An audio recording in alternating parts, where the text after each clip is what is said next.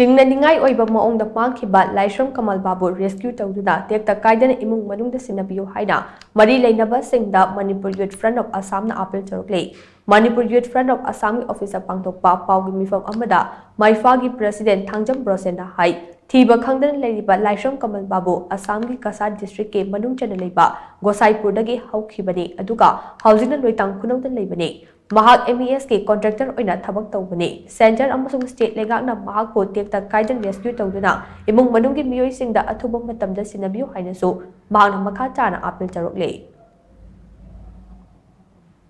Assam ki Kasar hariba district adu manung chana leiba Gosaipur khungangda haukiba haujikna Manipur gi leitong khunauda leiduna Leimakhong gi army camp da MES contractor oina Tabak Sujariba, Laishram Kamalbabu, Sahi Yankhi, Taru, Garang Kangudana, Chingnaningai Imung the Mangkhiba.